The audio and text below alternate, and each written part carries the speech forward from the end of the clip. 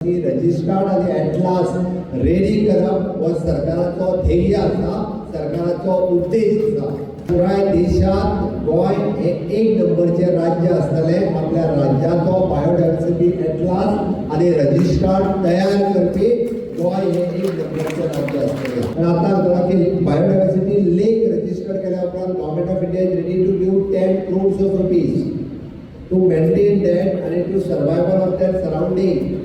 या सगळ्या गजाली खातीर त्यांनी यूज म्हणजे खूप मोठ्या प्रमाणात पुराय देशात गोय हे एक नंबरचे राज्य असतले. आपल्या राज्याचो बायोडायवर्सिटी एटलास आणि रजिस्टर्ड तयार करपी गोय हे एक नंबरचे राज्य असतले. म्हणजे जागा एक आनी सोडटी एकदाची माझी गोंय सरकाराची ती म्हणून तर सोंपतले. कांय उरचें ना. फुडलें जनरेशन आमकां वायट शब्द दितले.